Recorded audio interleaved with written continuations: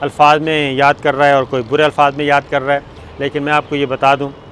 کہ کچھ دھمکیاں بھی آ رہی ہیں اور کوئی بہت زیادہ سخت زبان بھی استعمال کی جا رہی ہے، لیکن میں آپ کو بتا دوں کہ میں نے جان اللہ تعالیٰ کو دینی ہے، اور میں بھی الحمدللہ بہت اچھا مسلمان ہوں،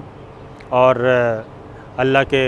گھر میں بھی جا چکا ہوں۔ اللہ تعالیٰ موقع دیتا ہے، سعادت دیتا ہے، کچھ قرآن مجید بھی پڑھا ہے، احادیث بھی پڑھی ہیں، سب کچھ پڑھا ہے، اور لیکن میں جو کچھ بھی کہوں گا وہی کہوں گا جو میں سچ اور صحیح سمجھتا ہوں، اور جو پاکستان کے لیے اچھا ہے، جو ہمارے دین کے لیے اچھا ہے، کیونکہ یہ جو کچھ ہوا پچھلے 4-5 دن کے لیے، اس سے ہمارے دین کی بھی کوئی نیک نامی نہیں ہوئی۔ آپ ذرا جس مغربی میڈیا کو آپ بہت زیادہ خوش ہو رہے ہیں کہ مغربی میڈیا آپ کو کوریج دے رہا ہے، وہ آپ کو لکھ کیا رہا ہے، آپ اس کو ذرا دیکھیں۔ دکھ ہوتا ہے کہ پاکستان کی تصویر ایسی پیش کی جائے، پاکستان کے لوگوں کو دہشت گرد کہا جائے، پاکستان کے لوگوں کو انتہا پسند کہا جائے، اس سے دکھ ہوتا ہے۔ وہ ذرا اس تصویر کو بھی دیکھیں کہ وہ آپ کو لکھ کیا رہا ہے۔ صرف اخبار میں تصویر چھپنے سے یا ٹی وی پہ فوٹیج آنے سے کوئی بندہ ہیرو نہیں بن جاتا، جب تک کہ آدمی نیک نامی نہ ہو۔ وہ آپ کو بہت پاکستان کی نیگیٹو تصویر جو ہے وہ پینٹ کی جا رہی ہے۔ خیر، اب اس میں یہ ہوگا دوسرا، جناب قومی اسمبلی کا اجلاس بلا لیا گیا ہے، اور قومی اسمبلی کا اجلاس ہوگا کل، پہلا اجلاس ہے۔ پھر بیک ڈور چینل پہ حکومت نے دیگر جماعتوں کے ساتھ بھی رابطے کیے ہیں، اور کل بھی جو بزنس ایڈوائزری کمیٹی کا اجلاس ہوگا اس میں بھی ہوگا۔ اب حکومت ذرا تھوڑا سا اس میں ایگریسو ہونا جا رہی ہے۔ خبریں دینا میرا کام ہے، خبریں دی جا سکتی ہیں۔ آج president of Pakistan doctor Arif Alvi صاحب کا انٹرویو کرنے کا موقع ملا، اور ان سے بھی گفتگو ہوئی، تو وہاں سے بھی جو اطلاعات آئیں وہ یہی تھیں کہ مذاکرات ہو رہے تھے، بات چیت چل رہی تھی، اور ایون یہاں تک تھا کہ قومی اسمبلی میں یہ معاملہ لے کے جانا تھا، اور قومی اسمبلی میں معاملہ لے جا کر اس پہ بحث ہونی تھی، اور پھر گورنمنٹ سائڈ سے بھی وزیر جو ہیں وہ ٹی ایل پی کی قیادت سے رابطے میں تھے، اور مسودہ تیار کیا جا رہا تھا کہ قرارداد کا مسودہ کیا ہونا چاہیے، اور ان سے ڈرافٹ مانگا گیا تھا ٹی ایل پی سے، اور یہ بات چیت چل رہی تھی۔ لیکن ہوا یہ کہ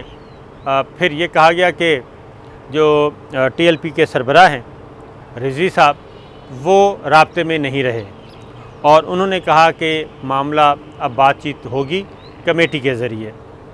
اب آپ میری کمیٹی سے بات کریں، کمیٹی ارکان سے۔ تو گورنمنٹ کو جو اطلاعات ملی کہ ایک طرف تو مذاکرات ہو رہے تھے، اور گورنمنٹ جو ہے وہ پارلیمان کا اجلاس بھی بلا لیا گیا تھا، اور اس میں ریزولوشن لائی جانی تھی، اور ایسی ریزولوشن لائی جانی تھی کہ جس سے پاکستان کے جو خارجہ تعلقات ہیں وہ فرانس کی وجہ سے، فرانس کے ساتھ ہم نے کوئی رعایت نہیں کرنی تھی، لیکن وہ ایسی ہونی چاہیے تھی کہ جس سے پاکستان کے خارجہ تعلقات جو ہیں وہ دیگر ممالک کے ساتھ خراب نہ ہوں۔ میں آپ کو بار بار بتا رہا ہوں کہ پاکستان کا قصور صرف ایک ہی ہے کہ پاکستان ایک اسلامی ملک ہے، یہ مسلمانوں کا ملک ہے،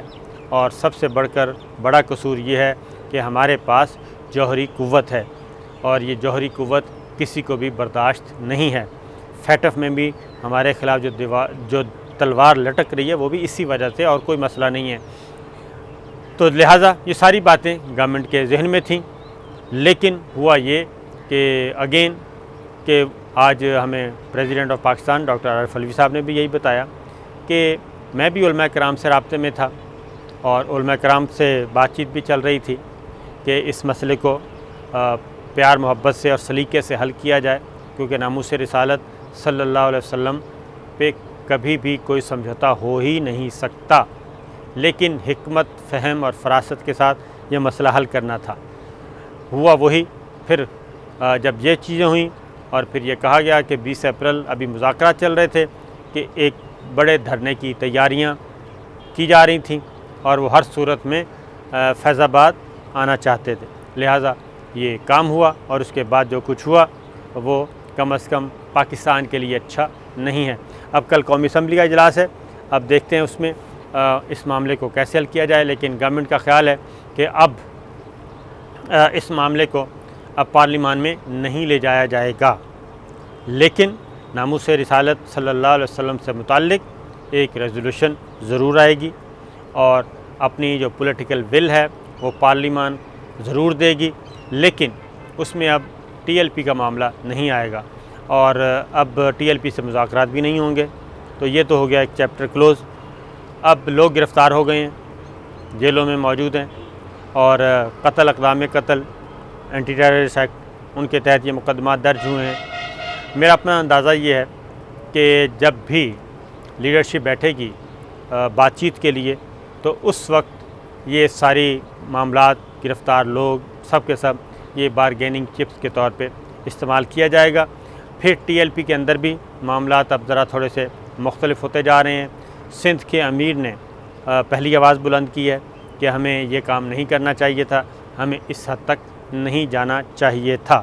تو یہ تو ہے اس وقت صورتحال۔ آگے دیکھتے ہیں کیا ہوتا ہے۔ وفاقی کابینہ نے منظوری دے دی، اب آگے ظاہر ہے جی نوٹیفیکیشن ہوگا۔ لیکن ایک اور چیز ہے، اور وہ یہ ہے کہ سیاسی صورتحال میں ایک چیز جا رہی ہے۔ چلیں سیاسی صورتحال بعد میں بتاتا ہوں۔ پاک بھارت تعلقات اور مقبوضہ کشمیر کی صورتحال، ایک خبر جو ہم آپ کو دے چکے تھے، وہ خبر اب باقاعدہ طور پہ آ گئی ہے جی میڈیا میں، کہ پاکستان اور بھارت کے درمیان مذاکرات شروع ہو چکے ہیں، اور مذاکرات کے دور میں سے ایک دور جو ہے وہ یو اے ای میں ہوا اور دوسرا تھائی لینڈ میں ہوا، اور اس میں یو اے ای کے ایمبیسیڈر ہیں امریکہ میں، انہوں نے اس کو ڈسکلوز کیا ہے، اور انہوں نے کہا کہ ہمیں خوشی ہے کہ ہم پاکستان اور بھارت کے درمیان بات چیت شروع کروانے میں کوئی کردار ادا کیا ہے۔ انہوں نے کہا کہ یہ تو ہمیں پتہ ہے کہ پاکستان اور بھارت کبھی بھی اچھے دوست نہیں بن سکتے، لیکن اچھے دوست نہ صحیح ایک میز پہ بیٹھ کے اپنے جو اختلافات ہیں یا جو تنازعات ہیں ان پہ تو بات کر سکتے ہیں۔ تو یہ چیز آ چکی ہے، لیکن میں اگین کہوں گا کہ یہ اس میں بڑی طاقت امریکہ، واشنگٹن، اس کا کردار ہے، اور وہی یہ کام کر رہے ہیں، اور انہی کے ذریعے سے پاکستان اور بھارت کے درمیان بات چیت کا عمل جو شروع کروانے کی کوشش کی جا رہی ہے باقاعدہ طور پہ، اور ابھی تک بیک ڈور چینل پہ کام ہو رہا ہے، اور بیک ڈور چینل پہ کوئی چیز مثبت برآمد ہوتی ہے تو اس صورت میں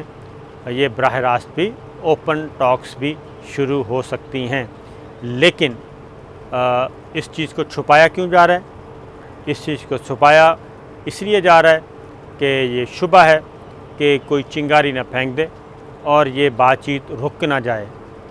اور اس کے علاوہ سیکریسی کی اور کوئی وجہ ہو نہیں سکتی، کیونکہ اختلافات بہت ہیں، کشیدگی بہت ہے، دونوں طرف کشیدگی ہے اور دونوں طرف آگ برابر لگی ہوئی ہے، لہٰذا کوئی بھی ملک یہ نہیں چاہتا کہ اس کو نقصان پہنچے، کوئی بھی حکومت نہیں چاہتی کہ اس کو نقصان پہنچے۔ اب یہ میرا خیال ہے کہ جب یہ ساری چیزیں ان آفیشلی آنا شروع ہو گئی ہیں تو گورنمنٹ کو بھی چاہیے، وزارت خارجہ کو بھی چاہیے کہ اس سلسلے میں کوئی 2-4 لفظ بول دے۔ اب یہ اوپن سیکرٹ ہے کہ پاکستان اور انڈیا کے درمیان بات چیت جاری ہے، کس لیول کی ہے، کیا ہو رہا ہے، یہ خود ڈسکلوز کرنا چاہیے گورنمنٹ کو، کیونکہ انڈین میڈیا بھی یہ خبریں دے رہا ہے، اور اب غیر ملکی ذرائع ابلاغ بھی اس خبر کو ڈسکلوز کر رہے ہیں۔ امریکہ سے یہ سلسلہ شروع ہوا، سعودی عرب کا بھی کردار، یو اے ای بھی اور رشیا بھی یہ کوشش کر رہا ہے کہ اس خطے میں امن قائم ہو، لیکن کس قیمت پر یہ تو ظاہر ہے حکومتیں ہی بتائیں گی۔ اجازت دیجیے، اللہ حافظ۔